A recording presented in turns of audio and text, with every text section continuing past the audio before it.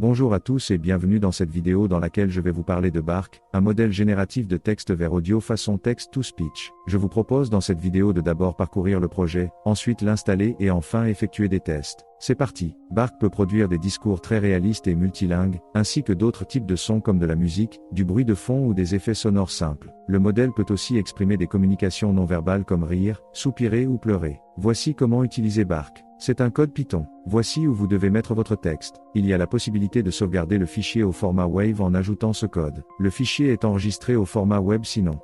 Hello, my name is Suno, and I like pizza. But I also have other interests such as playing tic-tac-toe. Bark peut gérer différentes langues et les détecter automatiquement à partir du texte. Voici un exemple de texte mélangeant l'espagnol et l'anglais, et le son correspondant. Buenos días, Miguel. Tu colega piensa que tu alemán es extremadamente malo. But I suppose your English isn't terrible. Bark essaie d'utiliser l'accent natif pour chaque langue. Bien évidemment, la qualité de l'anglais est la meilleure pour le moment, mais les autres langues devraient s'améliorer avec le temps. Bark peut générer de la musique à partir de texte. Par contre, Bark ne fait pas parfois de distinction entre le discours et la musique. Si vous souhaitez générer de la musique, aidez Bark en ajoutant des notes musicales comme dans cet exemple. In the jungle, the mighty jungle, the lion barks tonight.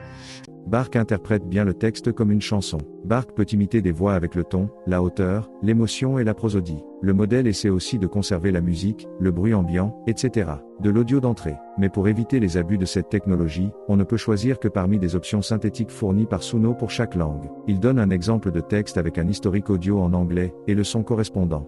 I have a silky smooth voice, and today I will tell you about the exercise regimen of the common sloth.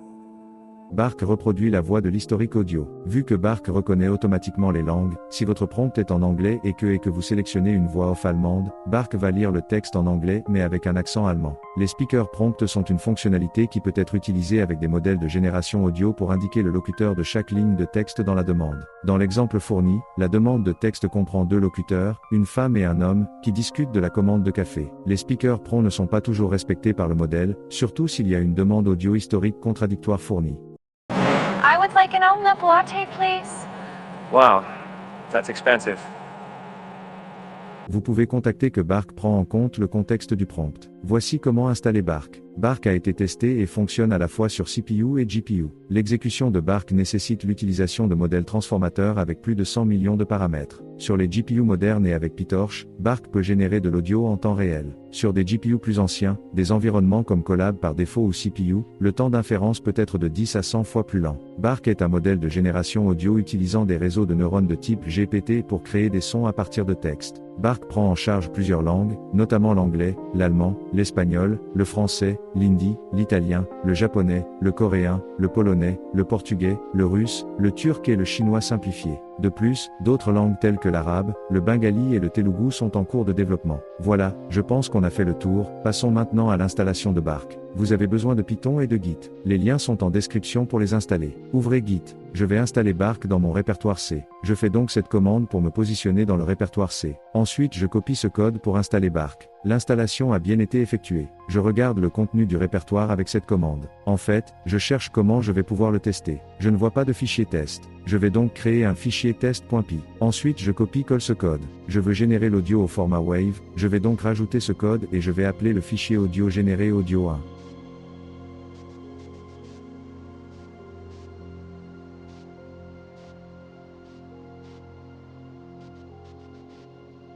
Je sauvegarde mon fichier et je lance le test avec cette commande. J'ai une erreur de module Python. Je vais donc demander à ChatGPT de me donner la solution. Je copie-colle les solutions.